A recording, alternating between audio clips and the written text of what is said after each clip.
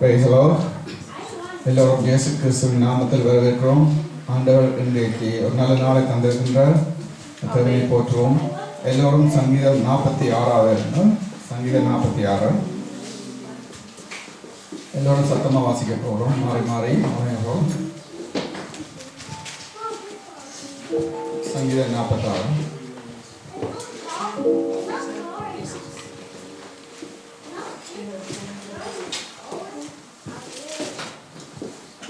தேவன் நமக்கு அடைக்கலமும் பலனும் ஆபத்து காலத்தில் அனுகூலமான துணையுமானவர்.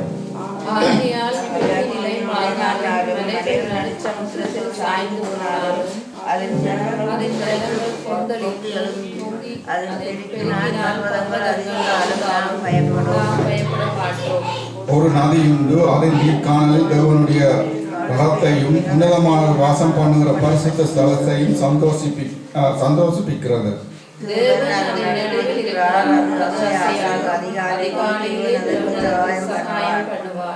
ஜாதிகள் கொந்தளித்தனர், ராஜ்யங்கள் தத்தளித்து அவர் தமது சத்தத்தை முழங்க பண்ணினார். பூமி உருகி போயிற்று.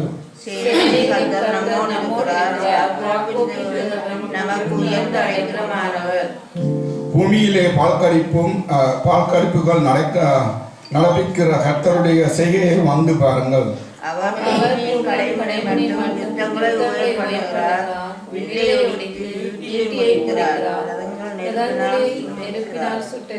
நீங்கள் அமர்ந்திருந்து நானே தேவன் என்று அறிந்து கொள்ளுங்கள். ஜாதிகளுக்குள்ளே உயர்ந்திருப்பேன், பூமியிலே உயர்ந்திருப்பேன். சேனைகளின் கர்த்தர் நம்மோடு இருக்கிறார். யாக்கோபின் தேவன் நமக்கு உயர்ந்த அடைக்கலமானார். ஆமென். Thank you Jesus. நன்றி பிதாவே. பரிசுத்தரே, உமக்கு நன்றி செலுத்துகிறோம் அப்பா. ஆண்டவரே, உமது கிருபைக்காய் நன்றி நன்றி என்று சொல்லுகிறோம். ஆண்டவரே பரிசுத்தரே, நீர் ஆண்டவரை போற்றப்பட்டவர். ஆண்டவரே, நீர் ஆண்டவரை சோத்தரிக்கத்தக்கவர். ஆண்டவரே, நீர் உயர்ந்தவரும் உன்னதவரும் இருக்கிறவராய் உமக்கு நன்றி செலுத்துகிறோம் அப்பா. பரிசுத்தரே, நீர் ஒருவராய் சகலத்தையும் செய்து முடித்தவரே உமக்கு சோத்திரம். எங்கள் பாவங்களை ஆண்டவரை சிலுவையிலும் இரத்தத்தால் ஆண்டவரை நீர் கழுவினதுக்காய் உமக்கு நன்றி செலுத்துகிறோம். ஆண்டவரை தகுதியில் அங்களை ஆண்டவரை உமது சமூகத்தில் நிற்க வைத்து ஆண்டவரை உம்மை துதிக்கவும் உம்மை பாடவும் ஆண்டவரை உம்மை ஆராதிக்கவும் நீர் அந்த கிருபைக்கு சிலாக்கியத்துக்காய் உமக்கு நன்றி செலுத்துகிறோம். ஆண்டவரை நேற்றும் என்றும் மாறாத உமது கிருபைக்காய் நன்றி செலுத்துகிறோம் அப்பா. நீர் நல்லவர், நீர் போதுமானவர். ஆண்டவரே, உமது அனுதின கிருபைக்காய் நன்றி செலுத்துகிறோம். ஆண்டவரே, இன்றைக்கு ஆண்டவரே உமது ஆராதனை உமது கரத்தில் ஒப்புக் கொடுக்கிறேன் அப்பா. ஆராதனை பாடல் துதியை உமது ஆண்டவரே உமது பிரசனத்துக்காய் உமக்கு நன்றி செலுத்துகிறோம். பாடுகிற பிள்ளைகளை ஆண்டவரே நீர் ஆசீர்வதித்து பலப்படுத்தி உமது ஆண்டவரை பிரசனத்துக்காய் உமக்கு நன்றி செலுத்துகிறோம். ஆண்டவரே, உமக்கு நன்றி நன்றி என்று சொல்லுகிறோம். ஆண்டவரே, நீர் ஆண்டவரே உமது தாசன் மூலம் கொடுக்க இருக்கிற வார்த்தைக்காய் உமக்கு நன்றி செலுத்துகிறோம் அப்பா. உமது வார்த்தை ஆண்டவரை எப்போயுமே வறுமையா போகாது. ஆண்டவரே, ஆண்டவரை உமது வார்த்தையை நாங்கள் ஆண்டவர் உணவாகவும் மருந்தாகவும் கொண்டு ஆண்டவர் உமக்கு பிரயோசனமாய் வாழ சமூகத்தில் ஆண்டவரே நாங்கள் வெளிச்சமாய் இருக்க நீர் கிருபை செய்யறதுக்காய் உமக்கு நன்றி செலுத்துகிறோம். ஆண்டவரே, இன்று வந்திருக்கிற ஒவ்வொருத்தரையும் நீ பேர் பேராய் ஆசீர்வதித்ததுக்காய் உமக்கு நன்றி செலுத்துகிறோம் அப்பா. தகப்பனே, வர முடியாமல் இருக்கிறவரும் வந்து கொண்டு இருக்கிறவர்களையும் நீர் ஆண்டவரை ஆசீர்வதிக்கிறதுக்காய் உமக்கு நன்றி செலுத்துகிறோம். நேற்றும் என்றும் மாறாத உமது கிருபைக்காய் நன்றி செலுத்துகிறோம். இந்த நாளை மறுபடியும் உமது கரத்தில் ஒப்புக் கொடுத்து துதி கன மகிமை எல்லாம் உமக்கு ஒருவருக்கே செலுத்தி இயேசுவின் மூலம் ஜெபிக்கிறேன் ஜீவனுள்ள நல்ல பிதாவே. ஆமென். ஆமென்.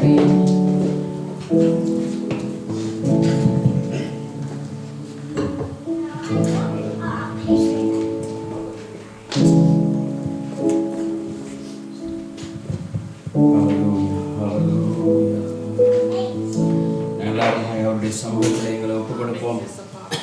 அவர் துதிகளின் மத்தியிலே வாசம் பண்ணுகிற தேவன். அவர் எங்கள் மத்தியிலே இருக்கிறார். அவரால் செய்யக்கூடாத காரியம் ஒன்றும் இல்லை. அவர் ராஜாதி ராஜனும் தேவாதி தேவனும் கர்த்தாதி கர்த்தருமாயிருக்கிறார். இந்த பூமியில் உள்ள சகல ஜனங்களும் அவரை துதிக்கும்படியாக, அவரை ஆராதிக்கும்படியாக அவருக்கென்று சொந்த ஜனங்களாக அவரை ஏற்படுத்தி இருக்கிறார். அவருடைய வசனம் சொல்லுகிறது, இதோ 2-3 பேர் நாமத்தினாலே எங்கே கூடியிருக்கிறார்களோ அந்த இடத்திலே நான் வாசம் பண்ணுகிறேன் என்று சொல்லி. நாங்கள் எல்லாருமே எங்களை ஒப்புக் கொடுப்போம். கர்த்தாவே, இந்த நாளில் நீர் எங்கள் மத்தியில் நீங்கள் அசைவாடுகிறதுக்காக உங்களுக்கு நன்றி என்று சொல்லுவோம். இந்த நாளிலும் கூட நீர் எங்களோடு கூட இடைப்படும்படியாக நன்றி என்று சொல்வோம். கர்த்தாவே, இந்த நாளில் கூட நீர் எங்களோடு பேசுங்கன்னு சொல்லுவோம். எங்களை முழுவதுமாய் ஒப்புக் கொடுப்போம். அவர் எங்களை நடத்தும்படியாக நன்றி அப்பா. Thank you.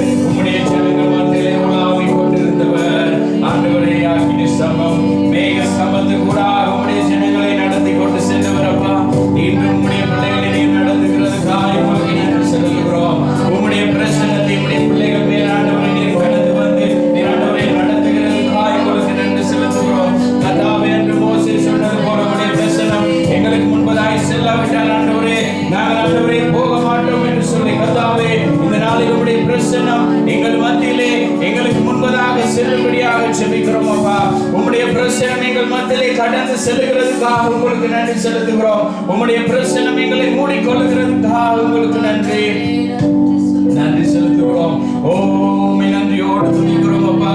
உம்முடைய மகிமை உள்ள கரங்களை கர்த்தாவே, உம்முடைய மகிமையின் சிங்காசனம் எங்களை மூடிக்கொள்கிறதுக்காய், உம்முடைய மகிமையின் சிங்காசனத்தில் எங்களை வைத்திருக்கிறதுக்காய் உங்களுக்கு நன்றி செலுத்துகிறோம் அப்பா. நன்றி செலுத்துகிறோம் அப்பா. நன்றி ராஜா. ஹல்லேலூயா. நன்றி அப்பா. உம்மை நன்றியோடு துதிக்கிறோம். உம்மை நன்றியோடு துதிக்கிறோம் கர்த்தாவே. உங்களுக்கு நன்றி செலுத்துகிறோம். நீர் சிங்காசனத்திலே வீற்றிருந்து எங்கள் மத்தியிலே ஆண்டவரே என்றும் உலாவுகிறதுக்காய் உங்களுக்கு நன்றி அப்பா. நன்றி செலுத்துகிறோம்.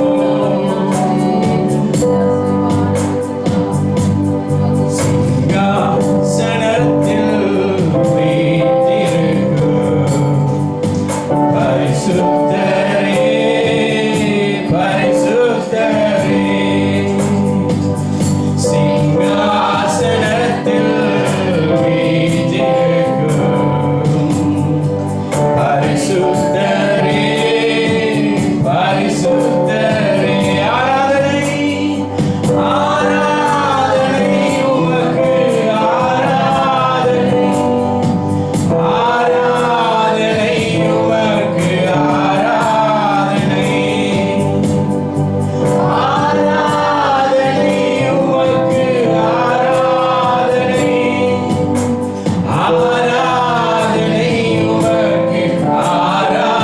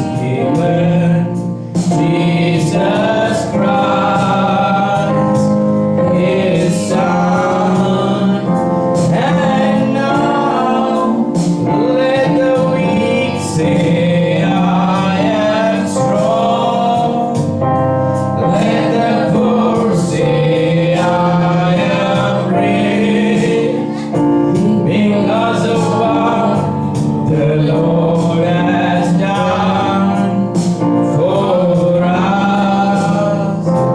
Give thanks. And now let the weak say, I am strong.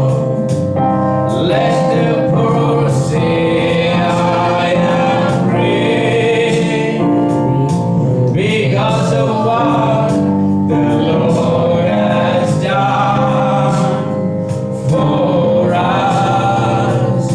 Give thanks. And now,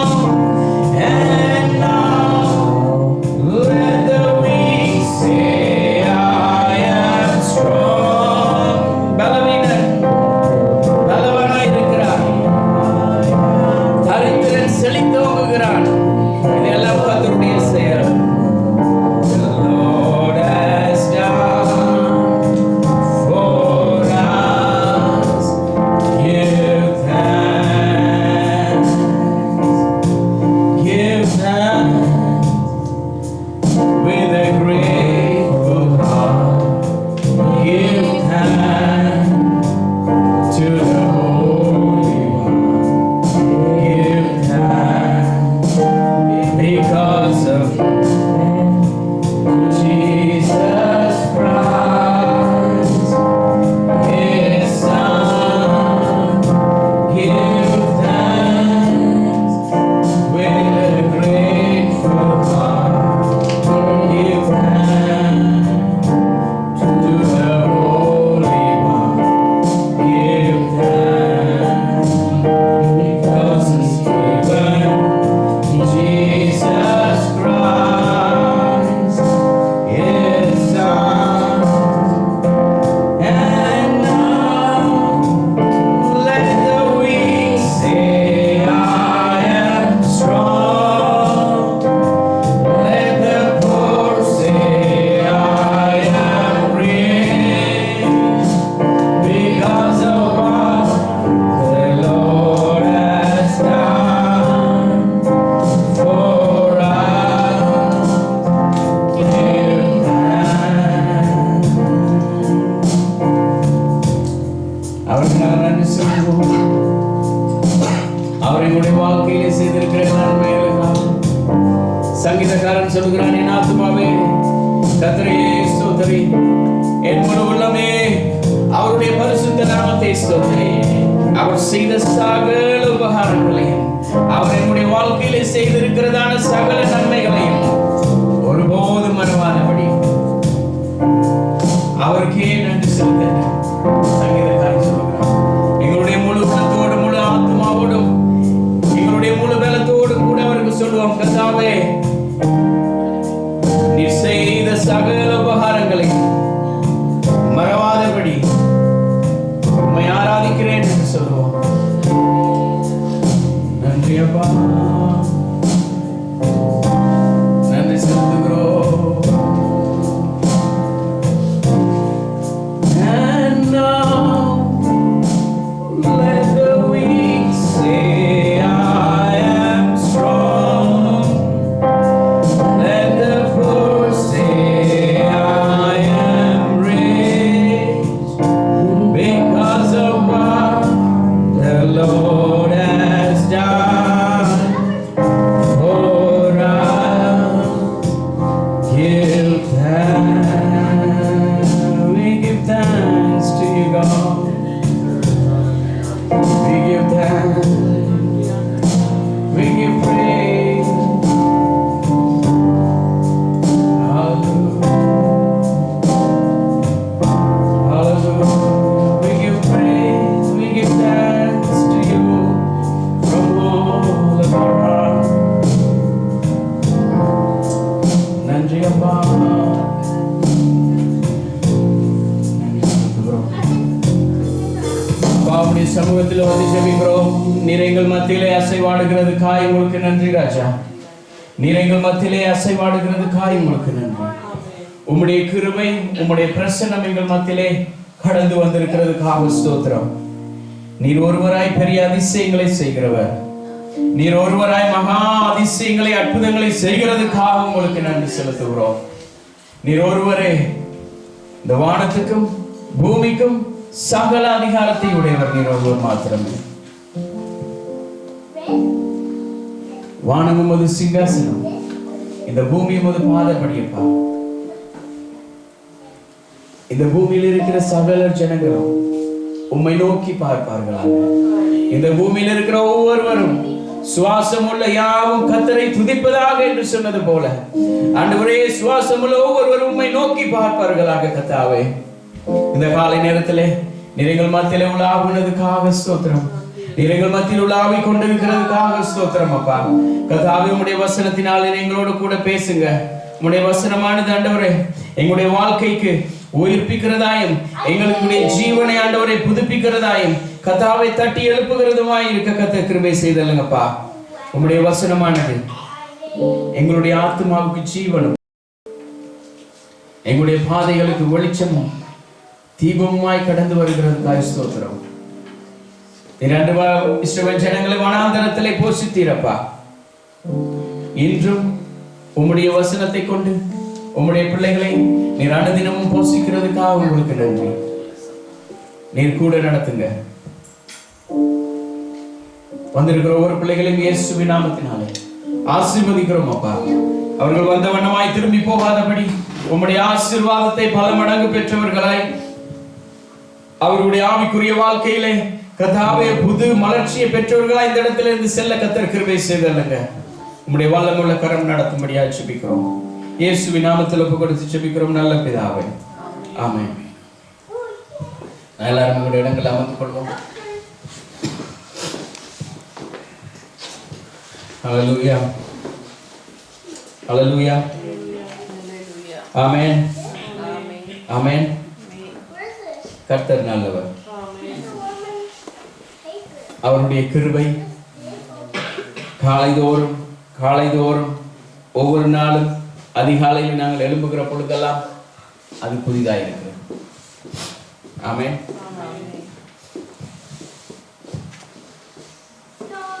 Kids, okay.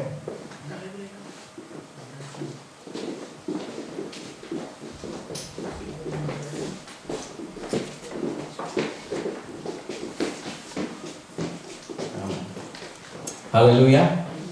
நாங்கள் எல்லாருமே கர்த்தருடைய வார்த்தைக்கு நேராக நாங்கள் கடந்து செல்வோம். கர்த்தருடைய வார்த்தையிலே நாங்கள் அவருடைய வசனத்தை நாங்கள் தியானிக்க போகிறோம். இந்த உலகத்தில் எது சிறந்தது சொல்லுங்க பாபு. இந்த உலகத்தில் எது சிறந்தது? ஆண்டவர் எடுத்தோடனே பதில் சொல்லிட்டாங்க. ஆமென். இப்படிதான் இருக்கும். ஹல்லேலூயா, ஹல்லேலூயா. ஆண்டவருடைய அன்பு என்றைக்குமே மாறாது. அதே நேரம் அவர் சொல்லுகிறார், நீ உன்னிடத்தில் அன்பு கூறுகிறது போல.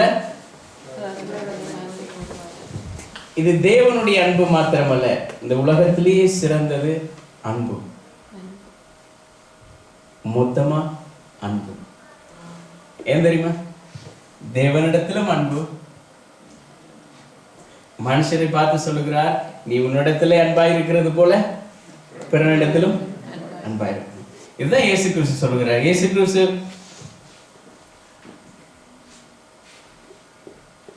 யாரையும் பார்த்து சபிங்கன்னு சொல்லல. அது பழைய ஏற்பாட்டில் ஆண்டவர் சொன்னார். காரணம் என்ன? நியாயப்பிரமாணம். நீங்கள் இப்படி இருந்தால் ஆசீர்வதிக்கப்படுவீர்கள், இதை செய்தால் கர்த்தர் உங்களை ஆசீர்வதிப்பார். பழைய ஏற்பாட்டில் சொன்னார், உன்னை ஆசீர்வதிக்கிறவர்களை நான் ஆசீர்வதிப்பேன், உன்னை. ஆனா இயேசு என்ன தெரியுமா சொல்றார்? உன்னை ஆசீர்வதிக்கிறவர்களையும் ஆசீர்வதிப்பேன், உன்னை சபிக்கிறவர்களையும். அதான் இயேசு கிறிஸ்துடைய அன்பு. அது மாறாத அன்பு. ஏன் தெரியுமா?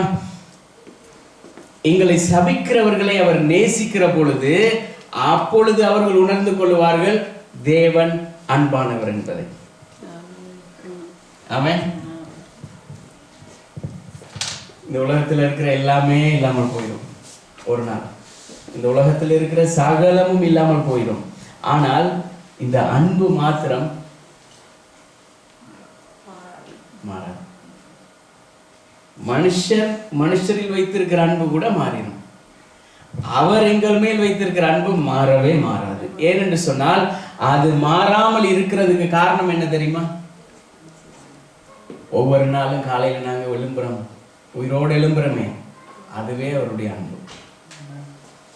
அவர் எங்கள் மேல் அந்த அன்பு வைத்திராவிட்டால் நாங்கள் காலையில் எழுந்திருப்போமான்னு கூட எங்களுக்கு தெரியாது. நாங்கள் அதை கிருபைன்னு சொல்லலாம், அன்புன்னு சொல்லலாம்.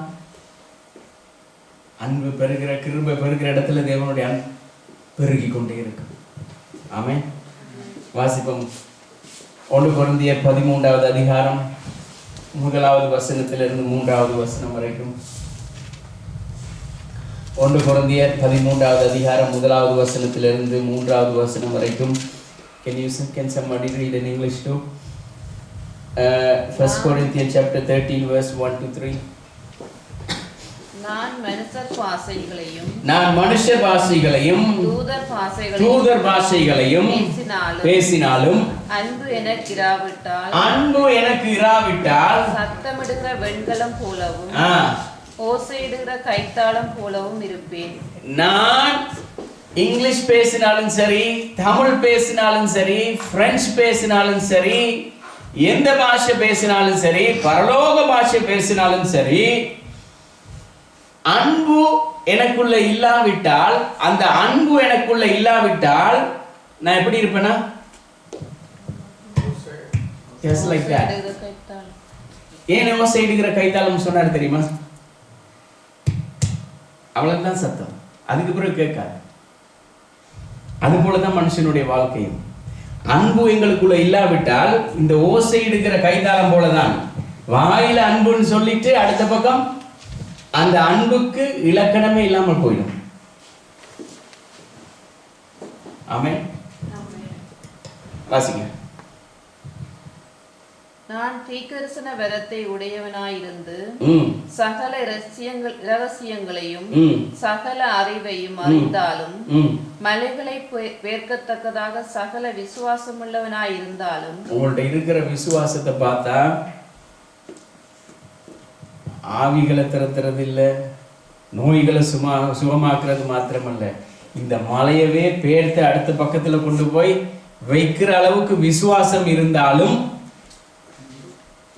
அன்பு எனக்கு இராவிட்டால் நான் ஒன்றுமில்லை, I am nothing என்ற பவுல் சொல்லுகிறார். இந்த அன்பு எனக்குள்ள இல்லாவிட்டால் நான் ஒன்றுமே இல்லை. சொத்து இருக்கலாம், சுகம் இருக்கலாம், படிப்பு இருக்கலாம், டிகிரிஸ் இருக்கலாம், எதுவுமே இருக்கலாம். ஆனா ஒரு மனுஷனுக்குள்ள அந்த அன்புங்கிற அந்த ஒரு காரியம் இல்லாவிட்டால்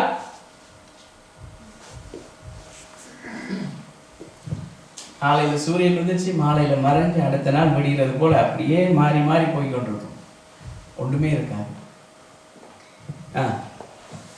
எனக்கு உண்டான யாவற்றையும் நான் அன்னதானம் பண்ணினாலும், என் சரீரத்தை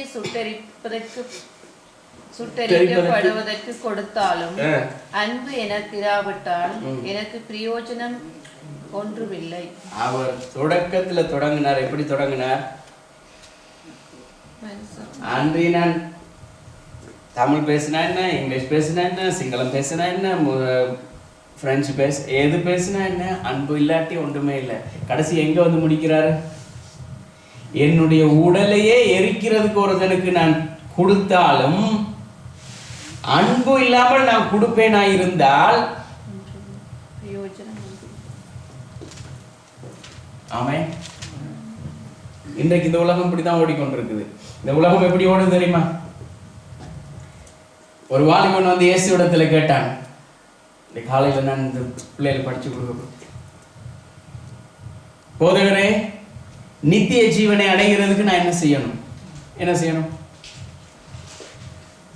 நீங்க எல்லாம் பரலோகம் போன மாதிரி தான் என்ன செய்யணும்? பவுல் சொல்லுகிறது போல, நான் அன்னதானம் பண்ணியும் வேலை இல்லை, பாட்டு பாடியும் வேலை இல்லை,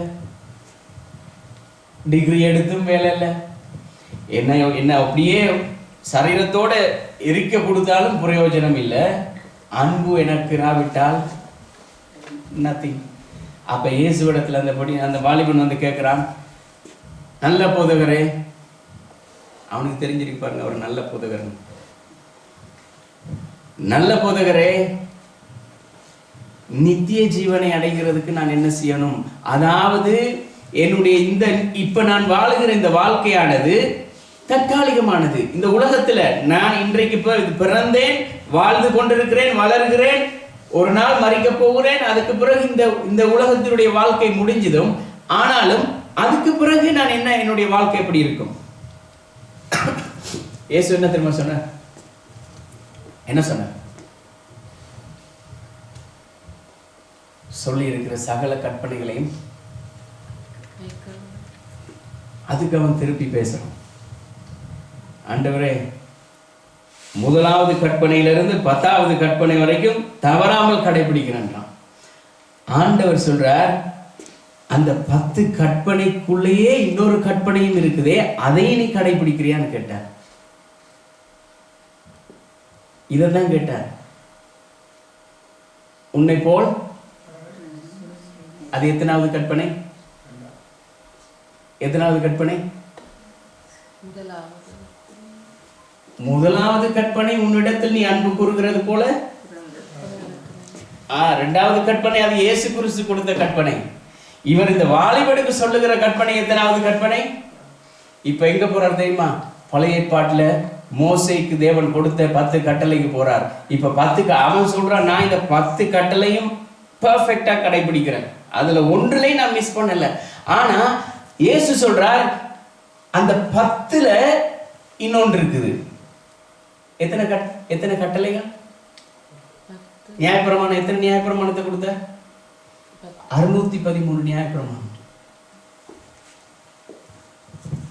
613 நியாயப்பிரமாணமும் இந்த 10 கட்டளைக்குள்ள இருக்குது. இதைத்தான் அவர் கேட்கிறார்.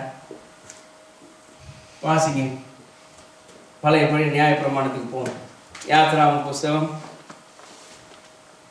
எத்தனாவது அதிகாரம்? ஓகே, உபாகமம் 6வது அதிகாரத்துக்கு வாங்க. சொன்னதே அவர் திரும்ப சொல்றார். எங்களை போல தான் மறந்துடுவோம்னு சொல்லி அவர் திரும்ப ஆல்ரெடி கற்பனைகளை கொடுத்துட்டார். மறந்துடுவோம்னு சொல்லி தான் திரும்ப ஞாபகப்படுத்துறதுக்காக வேண்டியே உபாகம புத்தகத்தை உப ஆகமமாய் எழுதி கொடுத்தார். உப ஆகமம்னா என்ன? சொன்னதே திருப்பி சொல்றார். வாசிங்க 6வது அதிகாரம். இன்று நான் உனக்கு கட்டளையிடுகிற இந்த வார்த்தைகள் உன் இருதயத்தில் இருக்க கடவது. நீ அவைகளை உன் பிள்ளைகளுக்கு கருத்தாய் போதித்து, நீ உன் வீட்டில் உட்கார்ந்திருக்கிற போதும், வழியில் நடக்கிற போதும், படுத்துக் கொள்ளுகிற போதும், எழுந்திருக்கிற போதும் அவைகளை குறித்து பேசி, அவைகளை உன் கையின் மேல் அடையாளமாக காட்டிக் கொள்வாயாக. அவைகள் உன் கண்களுக்கு நடுவே ஞாபக குறியாய் இருக்க கடவது. அவைகளை உன் வீட்டு நிலைகளிலும் உன் வாசல்களிலும் எழுதுவாயாக. உன் தேவனாகிய கர்த்தர் உனக்கு கொடுப்பேன் என்று ஆபிரகாம், ஈசாக்கு, யாக்கோபு என்பவர்களாகிய உன் பிதாக்களுக்கு ஆணையிட்டு கொடுத்த தேசத்தில் உன்னை பிரவேசிக்க பண்ணும் போதும் நீ கட்டாத வசதியான பெரிய பட்டணங்களையும். இதெல்லாம் தேவன் என்னது தேவ சொல்றார்? ஆல்ரெடி யாத்திராகமத்துல கட்டளைகளை கொடுத்து முடிச்சுட்டார். இப்ப திரும்ப ஞாபகப்படுத்துறார். சொன்ன காரியத்தையும் திரும்ப சொல்றார். ஏன்னா இந்த இஸ்ரவேல் ஜனங்களுக்கு ஒரு பழக்கம் இருந்தது, சொல்றதை அப்பப்ப மறந்துடுவாங்க. காரணம் என்ன தெரியுமா? தேவனே சொல்றார், அவர்கள் வணங்கா கழுத்துள்ள ஜனங்கள். அதாவது வணங்கா கழுத்துள்ள ஜனங்கள் என்ன தெரியுமா? இந்த கழுத்துல இந்த முள்ளந்தண்டு இல்லாட்டி எப்படி இருக்கும்? நேராவும் நிக்காது, இப்படி சரிச்சா இங்கேயும் நிக்காது, இப்படி போகும். இதுதான் வணங்கா கழுத்து.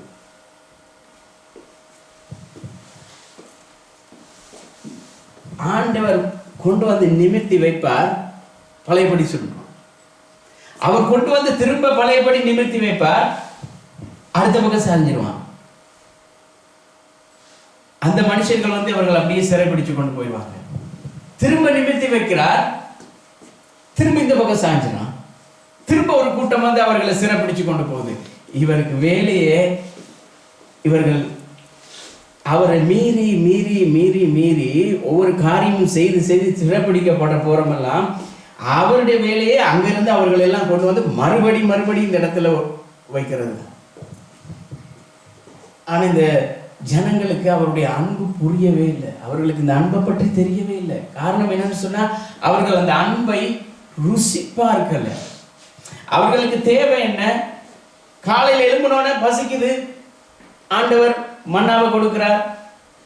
திடீர்னு சொல்றான் எனக்கு பசிக்குது, இறைச்சி சாப்பிடணும் போல இருக்குது, காடைகளை கொடுக்கிறார். ஐயோ தண்ணி இல்லையே, அவர் பர்வதத்திலிருந்து தண்ணீரை கொடுக்கிறார். மறந்துறான், எல்லாவற்றையும் மறந்துறான். காரணம் என்னடா? அந்த அன்பு அவனுக்கு இல்லாதபடியா.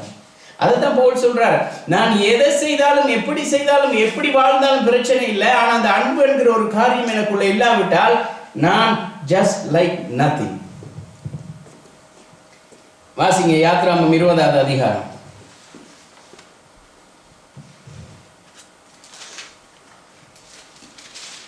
3வது வசனத்துல இருந்து. என்னையன்றி உனக்கு வேறே தேவர்கள் உண்டாயிருக்க வேண்டாம். என்னையன்றி உனக்கு வேறே தேவர்கள் உண்டாயிருக்க வேண்டாம். மேலே வானத்திலும் கீழே பூமியிலும் பூமியில் கீழ் இருக்கிற சமுத்திரத்திலும் தண்ணீரிலும் உண்டாயிருக்கிறவைகளுக்கு ஒப்பான ஒரு சொரூபத்தையும் உண்டு பண்ணாதே. இப்ப ஆண்டவர் சொல்றார், என்னை எல்லாம் உனக்கு வேற தேவர்கள் இல்லை. That's the first command. இப்ப விக்கிரகங்களையும் விக்கிரகங்களால் உனக்கு விக்கிரகமாய் தெரிகிற எதையுமே நீ நமஸ்கரிக்க வேண்டாம், அதை ஆராதிக்கவும் வேண்டாம்.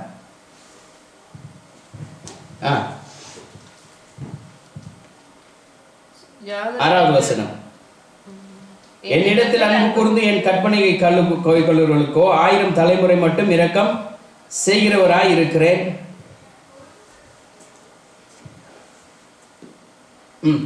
உன் தேவனாகிய கர்த்தருடைய நாமத்தை வீணிலே வழங்காதிருப்பாயாக. கர்த்தர் தம்முடைய நாமத்தை வீணிலே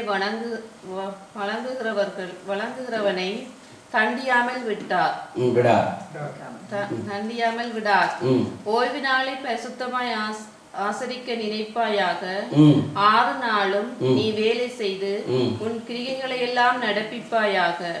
7ஆம் நாளோ உன் தேவனாகிய கர்த்தருடைய ஓய்வு நாள். இப்ப என்ன தெரியுமா, இங்கதான் ஒரு ஃபனி திங் இருக்குது. ஆண்டவருடைய கட்டளையில எத்தனை நாள் வேலை செய்ய சொல்றார்? 6 நாள். உலகம் வந்து வேலை நாள் எத்தனை ஆக்கிட்டது? 5 நாள் ஆக்கிட்டது. அப்ப 6வது நாளெல்லாம் என்னது? Over time.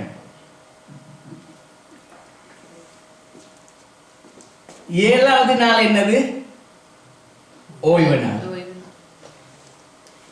இப்ப மனுஷன் என்ன தெரியுமா செஞ்சிட்டான்? 5 நாள் பிக்ஸ் பண்ணிட்டான் வேலை செய்வதற்கு. இதுல சொல்லப்பட்டபடி 6 நாளும் வேலை செய்து உன் கிரியைகளை நடப்பிப்பாயாக என்ற வார்த்தையை கொஞ்சம் முரணா மாற்றி செஞ்சுட்டா. இல்லை, நான் 5 நாள் தான் வேலை செய்வோம், 6 நாள், 6வது நாள் 7வது நாள் ஓய்வு. ஆனா 6வது நாள் நாங்கள் ஓவர் டைம் செய்வோம். இப்ப இன்னொரு புது சிஸ்டம், 7வது நாளும் நாங்கள் ஓவர் டைம் செய்வோம். அவர் ஏற்கனவே சொல்லிட்டார், நீ 5 நாள் வேலை செய்தா உனக்கு காணாது, அதனால நீ 6 நாளும் வேலை செய். 6 நாளும் வேலை செஞ்சு சம்பாதிச்சுட்டு 7வது நாள் அவருடைய நாள் அவருக்கு கொடுத்துரு. அன்புக்கு பொறாமை இருக்கா இல்லையா? அன்புக்கு பொறாமை இருக்கா இல்லையா? பவுல் சொல்லுகிறார், அன்பு பொறாமை கொள்ளாது. ஆனா தேவன் அவருடைய அன்புல பொறாமை கொள்றார். எப்படி தெரியுமா? 7வது பரிசுத்த ஓய்வு நாளை பரிசுத்தமாய் ஆசாரி. இது என்னுடைய நாள், இது எனக்கு தான் ஃபிக்ஸ் பண்ணிட்டேன். இதை வேற யாருக்குமே கொடுக்க மாட்டேன்.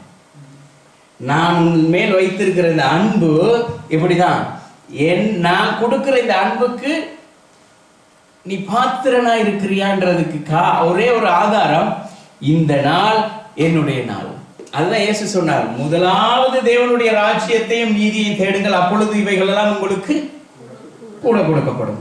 நாங்கள் எதை முதலாவது தேடுறோமோ, கிளம்பின உடனே காலையில போனை தேடுனா முதலாவது போனையும் போனில் உள்ளவைகளையும் தேடுங்கள், அப்பொழுது அதில் உள்ளவைகள் எல்லாம் உங்களுக்கு. அதுல என்ன இருக்கு? அதுல நல்லதும் இருக்கு, கெட்டதும் இருக்கு. ஆனா அவர் சொல்றார், முதலாவது தேவனுடைய ராஜ்யத்தையும் அவருடைய நீதியையும் தேடுங்கள், அப்பொழுது இந்த போன்ல இருக்கிறவைகள் மாத்திரமல்ல, இந்த உலகத்தில் இருக்கிற சகலவையும் உங்களுக்கு தருவேன் என்றார். ஆமென். அதை தீர்மானிக்க வேண்டியது நாங்களா இருக்கிறோம். அல்லேலூயா. இப்ப இந்த எபிரேய பாஷையில இந்த அன்புக்கு என்ன பேர் தெரியுமா?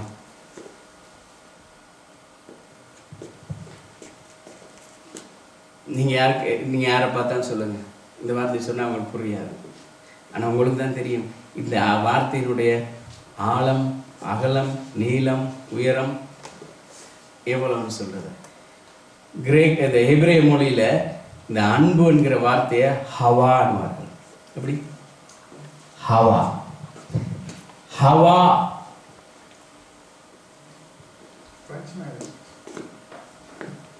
இதுல என்ன, இந்த ஹவான்ற வார்த்தைக்கு என்ன தெரியுமா அர்த்தம்?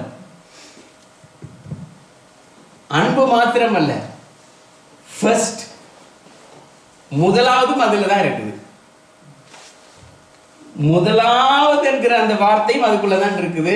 அன்பு என்கிற வார்த்தை, அந்த அன்பு முதலாவது அன்பா இருக்கணும். ஆமென். அவருக்கு இரண்டாவது அன்பெல்லாம் தேவையில்லை. அதனாலதான் அவர் முதல்ல சொன்னார், ஒரு தேவனாய கர்த்தரிடத்தில் உன் முழு இருதயத்தோடும் முழு ஆத்துமாவோடும், அதுக்கு பிறகு நீ யாரையும் அன்பு செய்யுது, பிரச்சனையே இல்லை. வைஃப் அன்பு செய்யலாம், பிள்ளைகள் அன்பு செய்யலாம், உங்களோட போனை லவ் பண்ணலாம், எதுவும் பண்ணலாம். ஆனா ஃபர்ஸ்ட் இஸ் மைண்ட். அது கர்த்தர் சொல்லுகிறார். இப்ப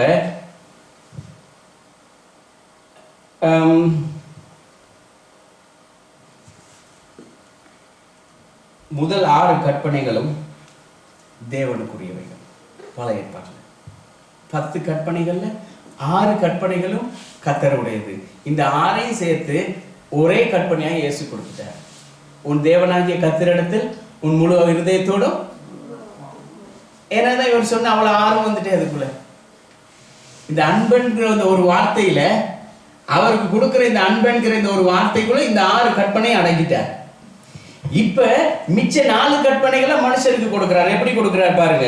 கொலை செய்யாதிருப்பாயாக, விபச்சாரம் செய்யாதிருப்பாயாக, களவு செய்யாதிருப்பாயாக, பிறனுக்கு விரோதமாய் பொய் சாட்சி சொல்லாதிருப்பாயாக, பிறனுடைய வீட்டையும் அவனுடைய பொருள் யாரையுமே இச்சையாதிருப்பாயாக. இந்த 4ஐயும் யாருக்கு கொடுக்கிறார்?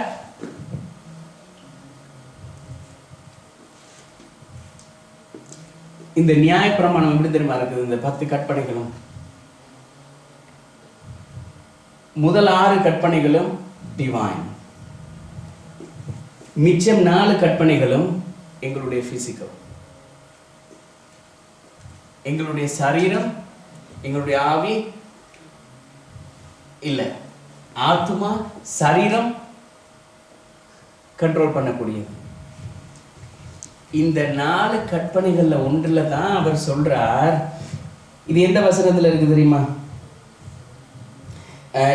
கடைசி கற்பனை, பிறனுடைய வீட்டை இச்சையாதிருப்பாயாக, பிறனுடைய மனைவியும் அவனுடைய வேலைக்காரனையும் அவனுடைய வேலைக்காரியையும் அவனுக்கு உன்னுடைய இருதையும் அவனுடைய கழுதைகளையும் பின்னும் பிறனுக்குள்ள யாதொன்றையும் இச்சையாதிருப்பாயாக.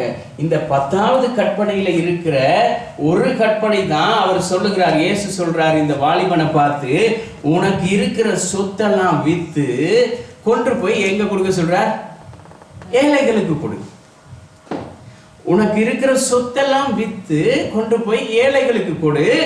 ஏன் கொடுக்க சொல்றார்? நீ சொன்னதானே உனக்கு இருக்கு. இந்த 10 கற்பனைகளையும் கை கொள்ளுகிறேன். இந்த 10 கற்பனைகளின் படி நீ சம்பாதிச்ச சொத்துல எத்தனை % மத்தவனை அடிச்சு பிடுங்க? இப்ப அதுல கொஞ்சத்தை எடுத்துக்கொண்டு போய் அவனுக்கு கொடு. இப்ப நீயும் அவனை சமமா இருப்பீங்க. 10 லட்சம் ரூபாய் இருக்குது. இப்ப நான் ஆண்டவர்கிட்ட போய் கேட்கிற, ஆண்டவரே நான் நித்திய ஜீவனை அடைய என்ன செய்யணும்? அவர் சொல்றார், உனக்கு இருக்கிற சொத்தெல்லாம் வித்து கொண்டு போய் இல்லாதவனுக்கு கொடு. இப்ப நான் பார்க்கிற பொழுது எனக்கு முன்னால 9 பேர் வராங்க, ஒன்றுமே இல்லாதவங்க. இப்ப நான் என்ன செய்யணும்? இந்த சொத்தை 10ஆ பிரிக்கணும். இப்ப என்னை போல் பிறனை நேசினா நான் எப்படி நேசிக்கிறேன்? எனக்கும் 1 லட்சம் ரூபா தான், அவனுக்கும் 1 லட்சம் ரூபா, அவனுக்கும் 1 லட்சம் ரூபா, 1 லட்சம் ரூபா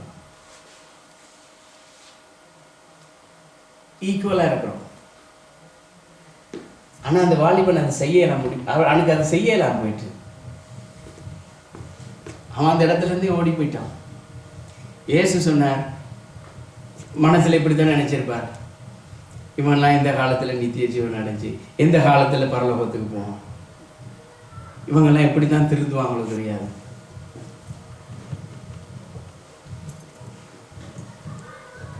அதைதான் பவுல் வலியுறுத்துகிறார். கொரிந்தி சபைக்கு எழுதுகிற சொல்றார், என்னத்த பாஷை, எத்தனை பாஷையை பேசி என்ன, உங்களுக்கு இவ்வளவு படிப்பு, டிகிரிக்கு மேல டிகிரி எடுத்து பின்னால பேருக்கு பின்னால ஒட்டி கொண்டாலும் ஒண்ணுமே பிரயோஜனம். அன்புன்ற ஒன்று இல்லைன்னு சொன்னா ஒன்றும் இல்லை. இன்றைக்கு அநேகர் என்ன திரும்ப நினைக்கிறார்கள், தாங்கள் படிச்சது படிக்காத சிலரை பார்த்த சிலருடைய அந்த ஆட்டிடியூட் இருக்கு தெரியுமா? யாருக்குமே அடிப்பணிய மாட்டாங்க. அவருக்கு அப்படி போயிட்டு எல்லாருக்கும் முன்னால் அப்படி நெஞ்சு நிமித்தி கொண்டு யாரையும் இப்படி பொக்கட்டுக்குள்ள கை போட்டு உயர்ந்தவர்களா இருக்கலாம், தாழ்ந்தவர்களா யாருதான் அப்படி எட்டி தான் பார்ப்பாங்க. அங்க அன்பு இருக்கா? இல்ல. ஆனா இந்த அன்பு எப்படி வேலை செய்யுது? ஒரு நல்ல முறையில் இப்ப இந்த அன்பை புரிஞ்சு கொள்றதுக்கு ஒரு காரியத்தை சொல்லுவா. A good way to understand the love. The love is loyalty. அன்புல என்ன இருக்குது? loyalty இருக்குது. loyaltyனா என்ன?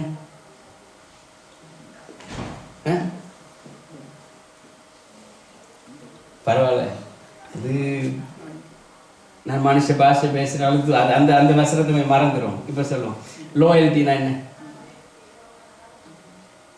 நம்பிக்கை. நம்பிக்கை அப்படி இல்லாட்டி ஒரு விசுவாசம். ஒரு விசுவாசம்ன்றது கொஞ்சம் ஹையா போகுது, அதனால நம்பிக்கைன்னு வைப்போம். ஒரு மனுஷர்ல எங்களுக்கு ஒரு நம்பிக்கை இருந்தால் தான் அந்த அன்பு வரும். இந்த அன்பு நம்பிக்கையில தான். அன்பையும் நம்பிக்கையும் பிரிக்க முடியாது, அன்பையும் ரட்சிப்பையும் பிரிக்க முடியாது. அவர் எங்கள் மேல் உண்மையா இருந்தபடியால தான் அவருடைய ஜீவனை எங்களுக்கு கொடுத்து, இந்த நீ வாங்கி கொண்டு நீயும் என்னோடு கூட இன்றைக்கு. இல்லாட்டி இயேசு கிறிஸ்து சிலுவையில இருக்கும் பொழுது அவர் என்ன செய்கிறார்? ஒரு 2 பக்கம் 2 கல்லணல் இருக்கிறான். ஒருத்தன் சொல்றான், ஆண்டவரே நீர் உம்முடைய பரதேசில வரும் பொழுது நீர் என்னையும். அவர் என்ன சொல்றார்? இவனை இதுக்கு முதல் அவர் பார்த்ததே இல்லை. அவன் என்ன தவறுக்காக இந்த இடத்துல சிலுவையில் அறையப்பட்டிருக்கான்னு கூட அவருக்கு தெரிஞ்சிருக்காது. ஆனா அவர் என்ன திரும்ப சொல்றார்? இன்றைக்கு நீ என்னோடு கூட பரதேசியில இருப்பாய். அப்படியா இருந்தா இன்றைக்கு நீ என்னோடு கூட பரதேசியில இருப்பாய்ன்னு சொல்லுவாரா இருந்தால் அவர் என்னத்தை சொல்லுகிறார்? அவர் அவன் மேல் வைத்த அன்பை சொல்லுகிறார். கீழே இருக்கிற ஜனங்களுக்காக, வரப்போகிற ஜனங்களுக்காக மட்டுமல்ல, சிலுவையில தொங்கிக் கொண்டிருக்கிற உனக்காகவும் தான் என்னுடைய ஜீவனை நான் கொடுக்கிறேன். அப்ப இந்த ஜீவனை நான் எல்லாருக்கும் கொடுக்கிற பொழுது இது எல்லாருக்குமே சொந்தமானது. இது ஒரு சிலருக்கு மட்டும், குறிப்பிட்ட ஜனங்களுக்கு மாத்திரம், குறிப்பிட்ட தராதரம் பார்த்து கொடுக்கல. அவர் மொத்தமா எல்லா ஜனங்களுக்கும் கொடுத்த சொன்னார், இந்த ஜீவனை நீங்கள் பெற்றுக்கொள்ளுங்கன்னு சொன்னார். இந்த ஜீவனை தான் அந்த ஒரு கல்வனில் ஒருவனுக்கு சொல்லுகிறார், நீ இன்றைக்கு என்னோட கூட. அவனுடைய நம்பிக்கையை பார்த்தீங்களா? நீங்க பரலோகத்துக்கு போகிற பொழுது, பரதேசியில இருக்கிற பொழுது என்னையும் நினைச்சு கொள்ளுங்க. அவ்வளவுதான்.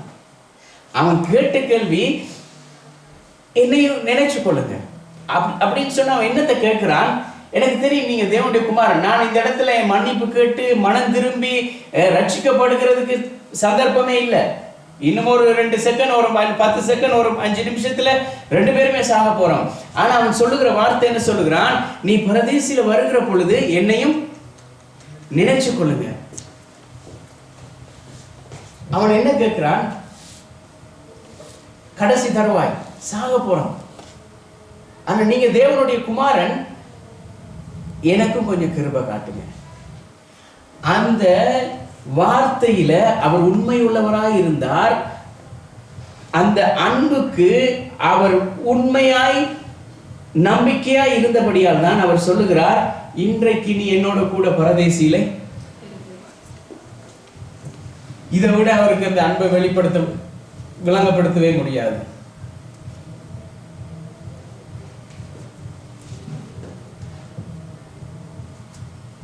அவர் உண்மை உள்ளவர், அதே நேரம் அவர் அன்பானவர்.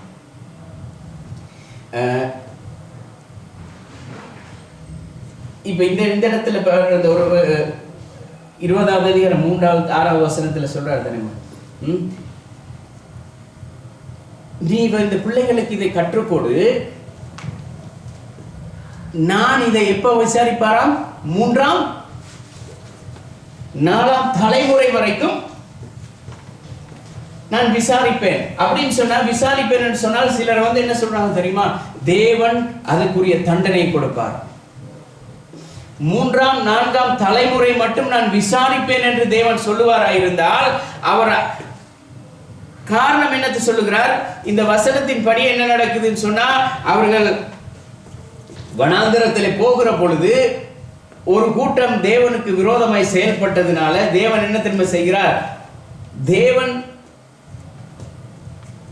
அவர் என்ன சொல்லுகிறார்?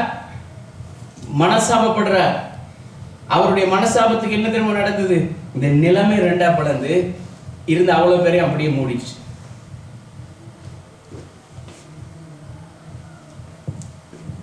காரணம் என்ன? நியாயப்பிரமாணம். அவர்கள் சொல்றது, நாங்க ஆண்டவர்கிட்ட அவர்கள் சொல்றாரு, ஆண்டவரே நீங்க இந்த நியாயப்பிரமாணத்தை எங்களுக்கு தந்து பாருங்க, இதன்படி நாங்க வாழ்ந்து காட்டுறோமா இல்லையான்னு சொல்லி கேட்டார்கள். அதனாலதான் ஆண்டவர் கொடுத்தார். கேட்டு வாங்கினது நியாயப்பிரமாணத்தை. ஆனா இயேசு கொடுத்த பிரமாணம் எப்படி கொடுத்தார்? ஃப்ரீயா கொடுத்தார். இப்ப இந்த இடத்துல அவர் சொல்றார், 3ஆம் 4ஆம் தலைமுறை மட்டும் விசாரிப்பேன் சொல்லுகிறாரே. இந்த விசாரிக்கிறதுக்கு அர்த்தம் என்ன? அதாவது என்ன, தாய் தகப்பன் செஞ்ச இன்னமும் நாங்க சொல்றது தானே, இது அவர் தாத்தா பாட்டி செய்த அநியாயம் தான் இன்றைக்கு இந்த பிள்ளைகளை. ஆனா கிறிஸ்துவுக்குள்ள 3ஆம் 4ஆம் தலைமுறை வரைக்கும் உள்ள சாபம் எல்லாவற்றையும் ஒரு சிலுவையில் அறிந்து விட்டார். இப்ப நானும், பவுல் சொல்லுகிறார், நான் ஒருவன் கிறிஸ்துவுக்குள் இருந்தால் அவன் புது சிருஷ்டியா இருக்கிறான். பிறகு இந்த தாத்தாட பாட்டிட சாபம் வரப்போகுது. தாத்தாட சாபம் வராது, பாட்டிட சாபம் வராது. ஏன் தெரியுமா? மூதாதையர்களுடைய சாபமும் வராது, அக்கிரமங்களும் வராது. அவர் விசாரிக்கவும் மாட்டார். அது அவர்களிடத்துல விசாரிச்சு கொள்வார், பிள்ளைகிட்ட விசாரிக்க மாட்டார். ஏன் தெரியுமா? பிள்ளைகளிடத்துல எப்படி சொல்றாரு தெரியுமா? ஒருவன் கிறிஸ்துவுக்குள் இருந்தால் அவன் புது சிருஷ்டியா இருக்கிறான், பழையவைகள் எல்லாம் இப்ப நான் புது கிரியேஷன், நியூ கிரியேஷன். எனக்கு முன்னால ஒரு ஜெனரேஷன் இல்ல, எனக்கு முன்னால இருக்கிற ஜெனரேஷன் யாரு? கிறிஸ்து. இப்ப என்ன விசாரிக்கணுமா இருந்தா யாரை பிடிச்சு விசாரிக்கணும்? அதனாலதான் எங்கள் ஒவ்வொருவரையும் பிதாவானவர் பரலோகத்தில் இருந்து பார்க்கிற பொழுது யார் மூலமாக பார்க்கிறார்? இயேசு கிறிஸ்து மூலமா பார்க்கிறார்.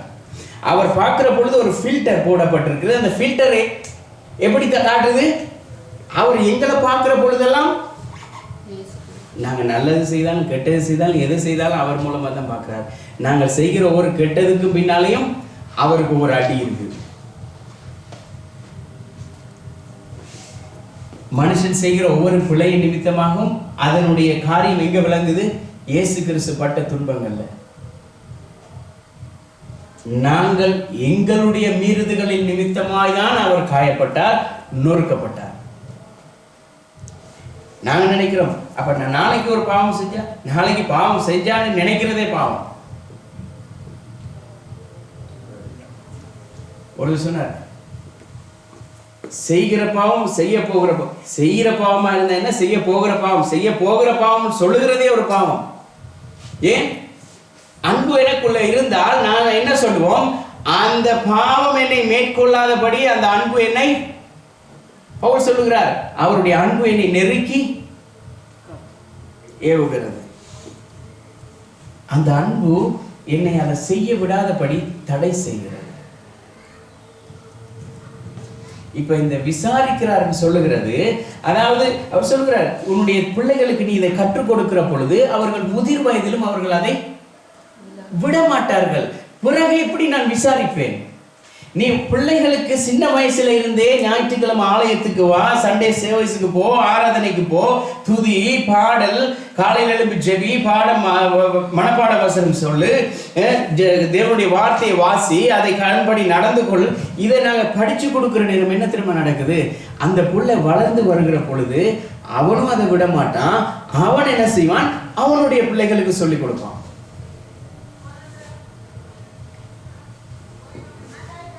ஒரு காரியத்தை சொல்லட்டா,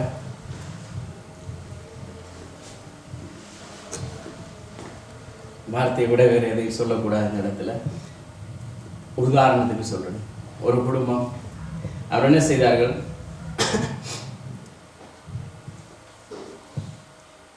கத்தருக்குள்ள நல்லா வளர்ந்து வராங்க. ஆனா ஞாயிற்றுக்கிழமை பிள்ளைகள் வளர வளர வளர இதைத்தான் அவர் சொன்னார், நீ பிள்ளைகளுக்கு இந்த வார்த்தைகள் எல்லாம் கற்றுக்கொடு, அவன் முதிர் வயதிலும் அதை. இப்ப இவர்கள் என்ன சொல்லி கொடுக்குறாங்க தெரியுமா? பிள்ளைகள் வளர்ந்து வரும் வரைக்கும் சண்டே ஸ்கூல் வருதுகள், ஒரு அளவு வாலிபர் பிராயத்தை அடைகிற பொழுது டியூஷன் வருது, எக்ஸ்ட்ரா கிளாஸ் வருது. இப்ப இந்த குடும்பம் என்ன செய்யுதுன்னு சொன்னா, இந்த பிள்ளைகளை ஒவ்வொரு கிளாஸுக்கும் டியூஷனுக்கும் அனுப்பி அனுப்பி அனுப்பி சண்டே சர்ச்சும் இல்லை பிள்ளைகளுக்கு.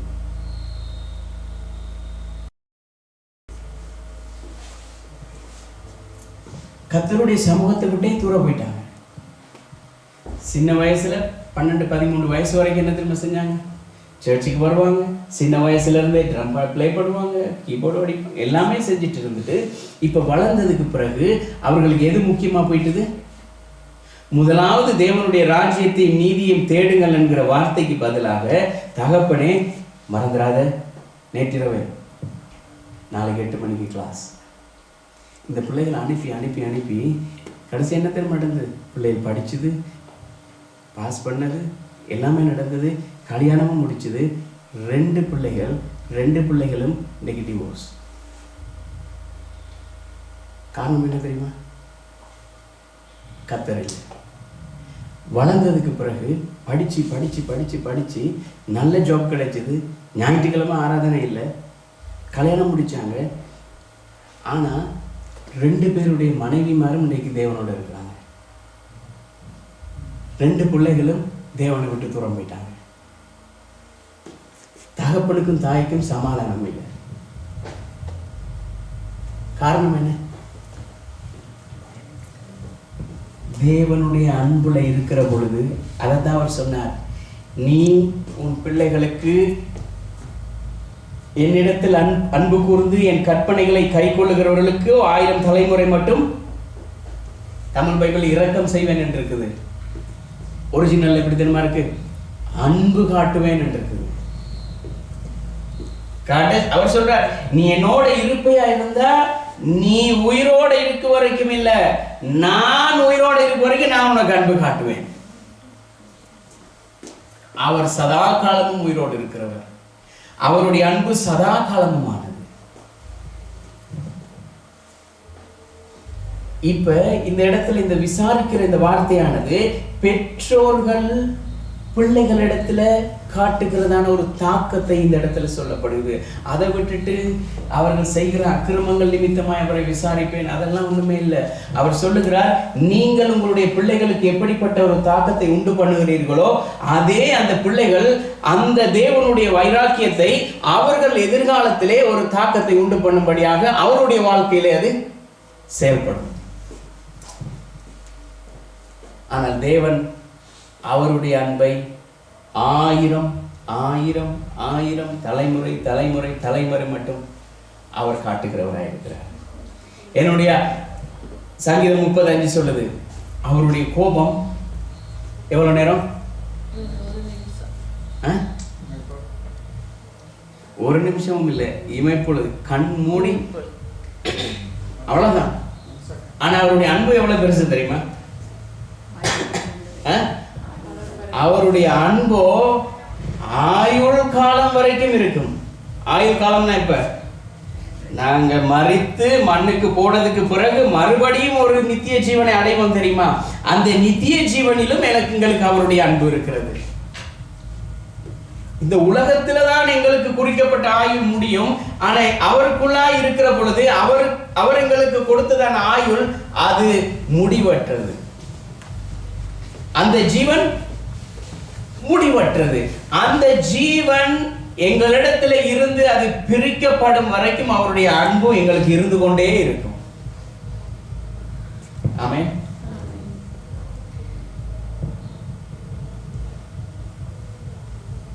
அவர் இந்த உலகத்தில் உள்ள இருக்கிறதான மனுஷனை போல இல்லை. இன்றைக்கு சொல்லிட்டு நாளைக்கு மனசை மாறிட்டு இன்றைக்கு ஒரு தீர்மானிப்போம். இப்போ எப்படி சொல்லுவோம், பிரதர் சிஸ்டர் நான் உங்களுக்கு ஒரு பொருத்தனை பண்றேன், உங்களோட வாழ்நாள் முழுக்க நீங்க கஷ்டப்படாம வாழுறதுக்கு நான் உதவி செய்யணும். எவ்வளவு நாளைக்கு?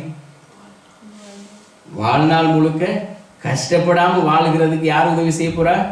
இவர் செய்ய போறார். ஒரு நாள் செய்வார், 2 நாள் செய்வார், ஒரு கிழமை செய்வார், 2 கிழமை செய்வார், 1 மாதம் செய்வார், 2 மாதம் செய்வார், 1 வருஷம் செய்வார், 2வது வருஷம் செய்வார், 3வது வருஷம் சொல்லி காட்டிடுவார்.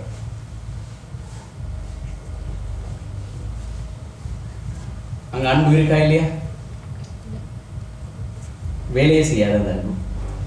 அந்த அன்பு வேலையே செய்யாது. ஆனா இந்த அன்பானது தீமையோட என்றைக்குமே ஒத்து போகாது. இந்த அன்பு எப்படிப்பட்ட அன்பு எப்படி தெரியுமா? இந்த காந்தத்துடைய 2 முனை இருக்கு தெரியுமா? இந்த காந்தத்துடைய 2 முனை, தீமை இந்த பக்கம் இருக்குன்னா அன்பு இந்த பக்கம் இருக்குது. ஒன்று கொண்டு எப்பயுமே தள்ளிட்டு தான் நிற்கும், சேரவே சேராது. ஆனா இந்த தீமைக்கு பின்னால ஒரு கூட்டம் இருக்கு பாருங்க, அது நீங்க அப்படி சுத்தி வச்சு பார்த்தால் அது ஒட்டிடும்.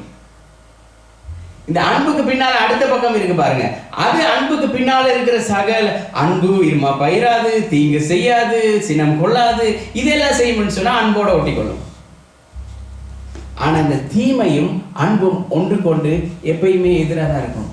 எதிரெதிர் திசையில தான் ஓடிக்கொண்டிருக்கும், சேரவே சேராது. இல்ல எனக்கு அன்பை விட இந்த பக்கம் இருக்கிற கொஞ்சம் சுயலாபம் சுகபோகம் வேணுமா இருந்தால் இந்த காந்தத்துடைய அடுத்த பக்கத்துக்கு அப்படியே டேர்ன் ஆகி வர வேண்டியதான்.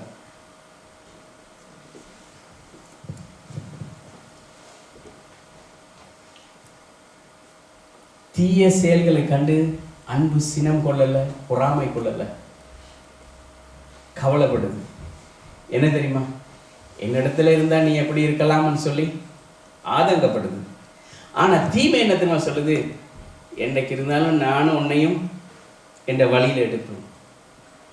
இதுதான் தீமை நினைச்சு கொண்டிருக்கு. தீமை எப்பயுமே தீமையை தான் நினைச்சு கொண்டிருக்கு. அன்பு எப்பயுமே என்ன தெரியுமா செய்யும்? அன்பையே நினைச்சு கொண்டிருக்கும். அது அன்பாகவே இருக்கிறபடினால். இப்ப இந்த வசனம் வாசிங்க, 1 கொரிந்தியர் 13:4 வாசிங்க சீக்கிரமா. இந்த செய்தியை நாங்கள் மிச்சத்தை நாங்கள் வாரக்கிழமை பார்க்க போறோம். 1 கொரிந்தியர் 13:4.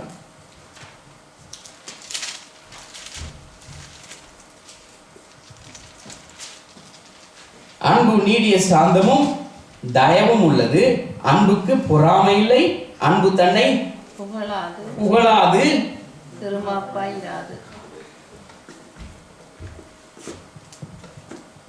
அது எங்கட பாஷையில சொல்றோன்னு மாதிரி தான். எப்படி தெரியுமா? அன்பு ஒரு அப்புறாணி, அதுக்கு ஒண்ணுமே தெரியாது.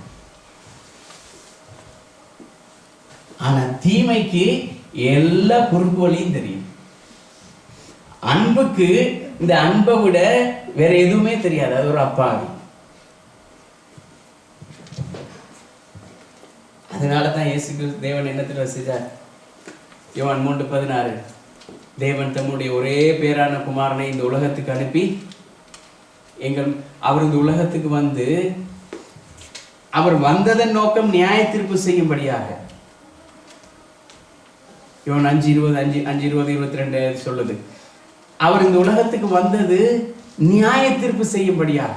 பிதா அவருக்கு கொடுத்து விட்ட வேலை ஒவ்வொருத்தரையும் ஜட்ஜ் பண்ணி அவர்களுக்குரிய தண்டனைகளை கொடுக்கும்படியாக. ஆனா இயேசு என்ன திரும்ப செய்தார்? எனக்கு தான் அது வராதே, ஜட்ஜ் பண்ண அவருக்கு வரவே வரல.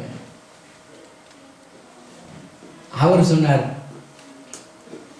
வேணும்னா நான் சிலுவையில மறைக்கிறேன் இவங்களுக்காக, அப்படியாவது இருக்கட்டும். பிதா சொன்னார், ஓகே, அப்படியே ஆக கடவுது. ஏன்னா நான் உன்னை ஜட்ஜ் பண்ண அனுப்புனா நீ போய் உனக்கு இருந்தது எல்லாத்தையும் அவனுக்கு கொடுத்துட்டு வந்துட்டுன்றாரு.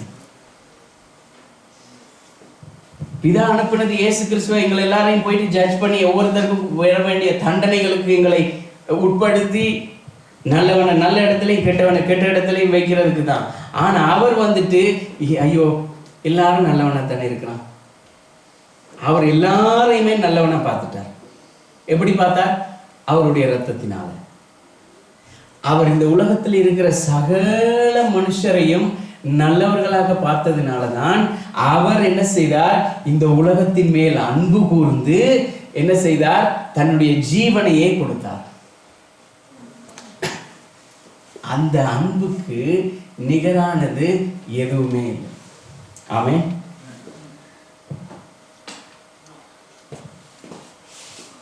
சொல்லணுமா இருந்தா உண்மையை சொல்லுகிற நேரம் அன்புக்கு சரியான சந்தோஷம்.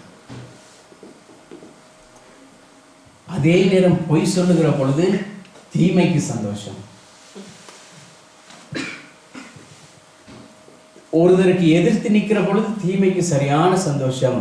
ஒருத்தரிடத்துல அன்பு கூறுகிற பொழுது இந்த அன்புக்கு அளவில்லாத அன்பு, மகிழ்ச்சி. அதான் சொன்னேன், இந்த அன்புக்கு எதுவுமே தெரியாது. அது ஒரு அப்பாவி. அன்பை தவிர அதுக்கு எதுவுமே தெரியாது. அன்பு அன்பு அன்பு அன்பு. இயேசு அதனால தான் என்ன தெரியுமா செஞ்சார்? போய்கொண்டே இருப்பார். ஒரு மனுஷன் ஒரு மகனை தூக்கிட்டு வராங்க பாடையில.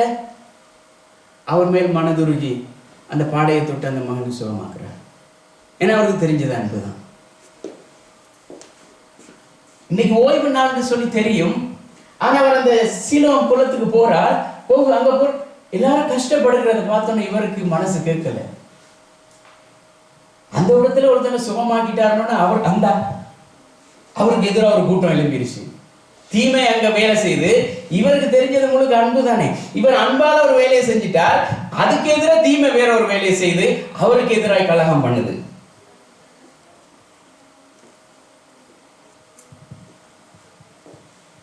இந்த அன்பு எங்களை ஒவ்வொரு நாளும் ஒவ்வொரு காலையிலையும் தட்டி எழுப்புது.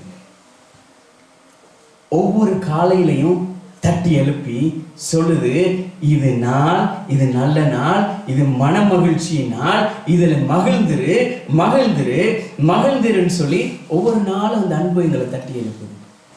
அந்த அன்பு எங்களை தட்டி எழுப்பலைன்னா அவ்வளவுதான். ஆமென் ஆமென். 2 தெசலோனிக்கேயர் 2வது அதிகாரம் 10வது வசனம் சொல்லுகிறது, கெட்டு போகிறவர்களுக்குள்ளே அநீதியினால் உண்டாகும் சகலவித வஞ்சகத்தோடும் இருக்கும் ரட்சிக்கப்படத்தக்கதாய் சத்தியத்தின் மேலுள்ள அன்பை அவர்கள் அங்கீகரியாமல் போனபடியினால் அப்படி நடக்கும். இது எப்ப தெரியுமா நடக்கும்? கடைசி காலத்துல நடக்கிறது. சத்தியத்துல இருக்கிற அன்பை அவர்கள் அறியாதபடி இந்த அநீதியினாலே கெட்டு போகிறார்களே, அந்த அநீதத்திலே அவர்களுக்கு பெரிய பரியம் உண்டாகும். இந்த உலகத்தில் உள்ள சிற்றின்பமான காரியங்களிலே அவர்களுக்கு நாட்டம் வரும், இன்பம் வரும், சந்தோஷம் வரும், சமாதானமா இருக்கும். எப்படியெல்லாம் அவர்கள் வாழலாம் என்று நினைப்பவர்கள் எல்லாம் வாழலாம். ஆனா இந்த சத்தியத்திலே அவர்களுக்கு அந்த அன்பு போகாதபடி சத்ருவான் என்ன செய்கிறான்? வஞ்சகத்தினாலே எல்லாரையும் வஞ்சித்து வைத்துக் கொண்டிருக்கிறான். அன்பு எதில் பிரியப்படுகிறது? சத்தியத்தில்.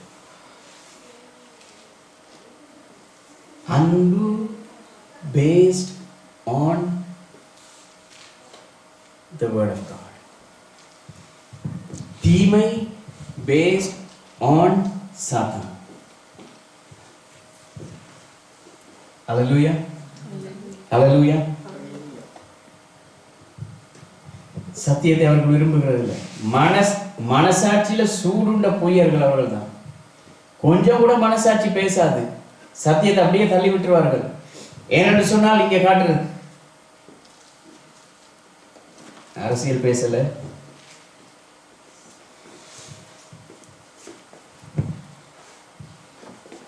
சபையில பகிரங்கமா எல்லா அநியாயத்துக்கும் துணை போறதுக்கு பேசுறாங்க.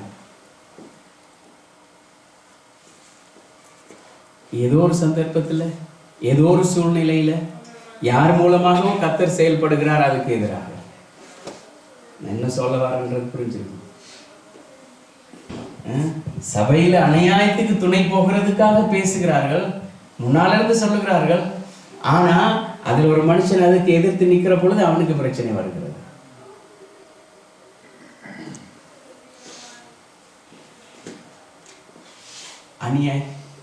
அநேக இடங்கள்ல அந்த ஸ்டிக்கர்ல இருக்கு தெரியுமா, அநியாயத்துக்கு துணை போகாதீர்கள். அப்ப எப்பயுமே அநியாயத்துக்கு துணை போறதை விட்டுட்டு அன்புக்கு துணை போவோமா இருந்தா அந்த அன்பு சகல பாவத்தையும் நீக்கும், சகல அக்கிரமத்தையும் மறைக்கும், எல்லாவற்றையும் மறந்து எல்லாரோடையும் சமாதானமும் சந்தோஷமாய் வாழ விடும். ஆமென். எல்லாரும் விழுந்திருப்போம்.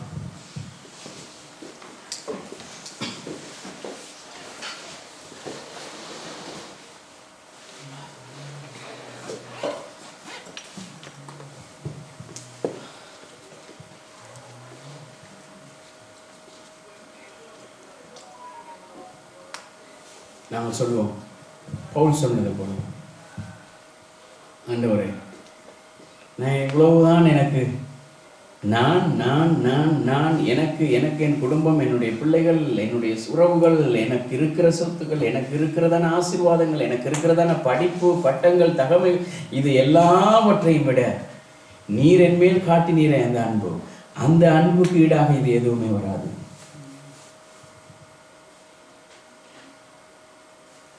ஒரு பாடல் ஒன்று இருக்குது, எத்தனையோ சோதனைகள் துன்பங்கள் தாக்கி வந்தது, ஆனால் அத்தனையும் அவருடைய கிருபை எங்களை என்ன தெரியுமா செய்து தூக்கி சுமக்குது. ஆமென். எவ்வளவு துன்பங்கள் பிரச்சனைகள் இந்த உலகத்துல எங்களை தேடி தேடி தேடி வருகிறதோ, நாங்க தேடி போகாத வரைக்கும் நமக்கு நல்லது. எங்களை தேடி எத்தனை பிரச்சனை வந்தாலும், எத்தனை சோதனை வந்தாலும், துன்பங்கள் வந்தாலும், கண்ணிகள் வந்தாலும், பள்ளங்கள் வந்தாலும், மலைகள் வந்தாலும், வறட்சிகள் வந்தாலும், அவை எல்லாவற்றையும் இந்த அன்பு டிஃபைன் பண்ணுது. காரணம், இந்த அன்பு எங்களை அப்படியே நெருக்கி கொண்டிருக்குது. ஆமென். பிதாவே உம்முடைய சமூகத்தில் வருவார் இயேசுவின் நாமத்தினாலப்பா. உம்முடைய வசனம் சொல்லுகிறபடி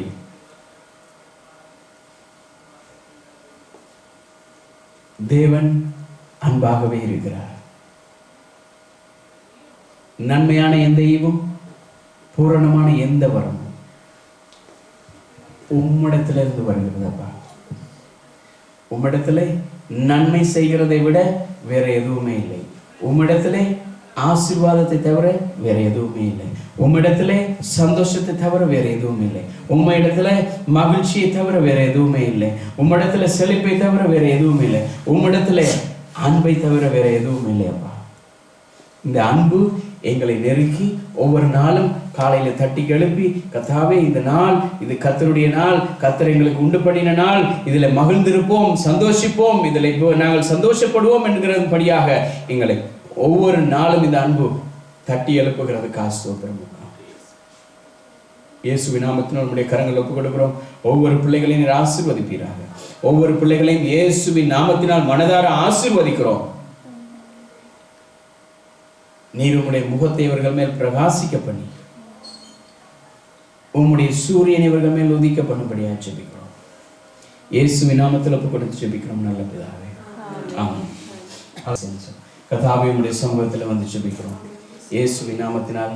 பிதாவே, உம்முடைய வல்லமை உள்ள கரம், உம்முடைய கிருபை உள்ள கரம் ஒவ்வொரு பிள்ளைகளையும் நடத்துகிறதுக்காக உங்களுக்கு நன்றி. கர்த்தாவே, இயேசுவின் நாமத்தினால் உம்முடைய சமூகத்தில் வந்து ஜெபிக்கிறோம். நீர் ஒவ்வொரு பிள்ளைகளையும் ஆசீர்வதிக்கிறவர். ஒவ்வொரு பிள்ளைகளையும் நீர் இந்த இடத்துக்கு எந்த நோக்கத்துக்காக கொண்டு வந்தீரோ அந்த நோக்கங்களை நிறைவேற்றும்படியாக அவர்களை ஆண்டவரே இந்த பூமியிலே நீங்கள் பயன்படுத்த போகிறதுக்காக நன்றி அப்பா. கர்த்தாவே, இவர்கள் வந்த வண்ணமாய் அல்ல, மறுபடி போகிற பொழுது 100 மடங்கு பலனுள்ளவர்களை செல்லவும், இந்த அன்பை இந்த உலகத்துக்கு சொல்லவும், இந்த அன்பை கர்த்தாவை மற்றவர்களிடத்திலே வெளிப்படுத்தவும், இவர்களிடத்திலே அன்பு இருக்கிறது என்பதை மற்றவர்கள் புரிந்து கொள்ளவும் கர்த்தர் கிருபை செய்தார்கள். இயேசுவின் நாமத்தினால் ஒப்புக் கொடுக்கிறோம். தொடர்ந்து நடத்துவோம் இயேசுவின் நாமத்தில் பிதாவே. ஆமென். எல்லாரும் சேர்ந்து சொல்லுவோம். என் ஆத்துமாவே கர்த்தரை ஸ்தோத்திரி, என் முழு உள்ளமே பரிசுத்த நாமத்தை ஸ்தோத்திரி. என் ஆத்துமாவே கர்த்தரை ஸ்தோத்திரி, அவர் செய்யும் சகல உபகாரங்களையும் மறவாதே. ஆமென். நம்முடைய கர்த்தராகிய இயேசு கிறிஸ்துவின் கிருபையும் தேவனுடைய அன்பும் பரிசுத்த ஆவியானவருடைய அந்யோன்ய ஐக்கியமும் எங்கள் அனைவரோடும் கூட இருந்து நடத்துவதாக. ஆமென்.